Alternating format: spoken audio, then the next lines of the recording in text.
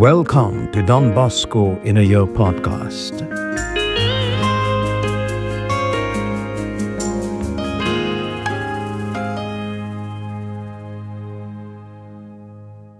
Day 26.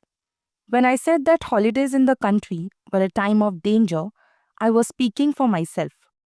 A poor cleric will often find themselves in grave danger without realizing it. I learned this through experience. One year, I was invited to celebrate a feast day at the home of some relatives of mine. I did not want to go, but discovering that there was no cleric to serve in church, I yielded to the insistent invitations of one of my uncles and went. When the sacred ceremonies at which I served and sang were over, we went to dinner.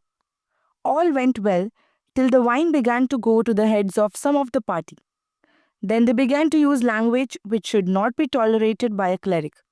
I tried to protest, but could not get the words out. Not knowing what to do, I decided to leave. I got up from the table, got my hat, and was ready to go. My uncle stopped me. At that moment, there was an outburst of even more objectionable language as someone began to insult all the others at table. In a flash, all was pandemonium. There were angry shouts and threats backed up by a horrible racket of glasses, bottles, plates, spoons, forks, and then knives. In this extremity, I beat a hasty retreat. When I got home, from the bottom of my heart, I renewed the resolution, so often made before, to remain withdrawn if I wanted to avoid falling into sin. A different kind of experience, nonetheless unpleasant, befell me at Crovelia, a district of Butigeira. It was the feast of St. Bartholomew. I was invited by another uncle to assist at the church services, to sing and even to play the violin, which I had given up, though it was my favorite instrument. The church services went very well. My uncle was in charge of the celebrations and the dinner was at his house. So far, so good.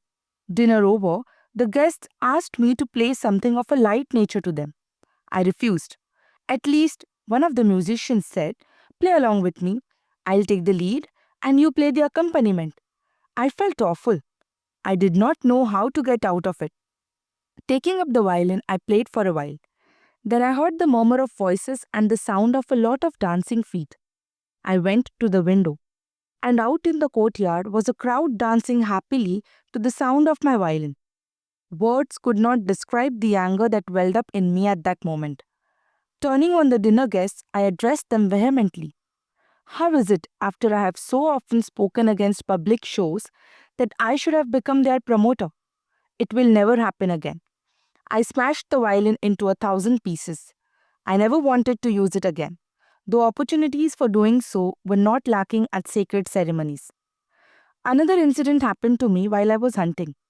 During the summer, I used to go bird nesting. In the autumn, I'd catch the birds with bird line, use traps, or even shoot them. One morning, I found myself running after a hare, from field to field, from vineyard to vineyard, uphill and downdale. I chased my quarry for several hours. Eventually, I got near enough to take a shot at him. The poor animal, its ribs broken by the shot, rolled over, leaving me deeply upset at the sight of the poor creature in its death throes.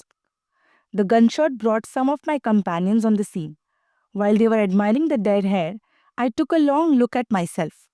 There I was in my shirt sleeves, my cassock discarded, wearing an old straw hat that made me look like a smuggler.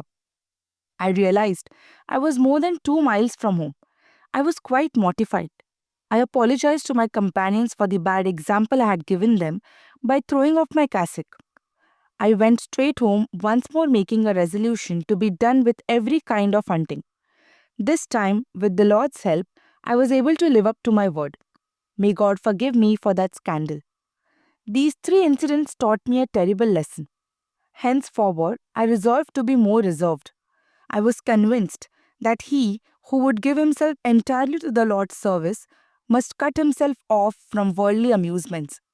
It is true that often they are not sinful, but it is certain that on account of conversation, of the manner of dressing, of speaking, and of acting, there is always some risk to virtue, especially to the most delicate virtue of chastity.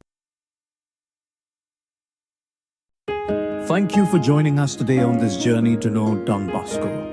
May these reflections deepen our faith, guide us closer to God each day, and hope to see you all tomorrow. Till then, keep seeking, keep praying, keep growing.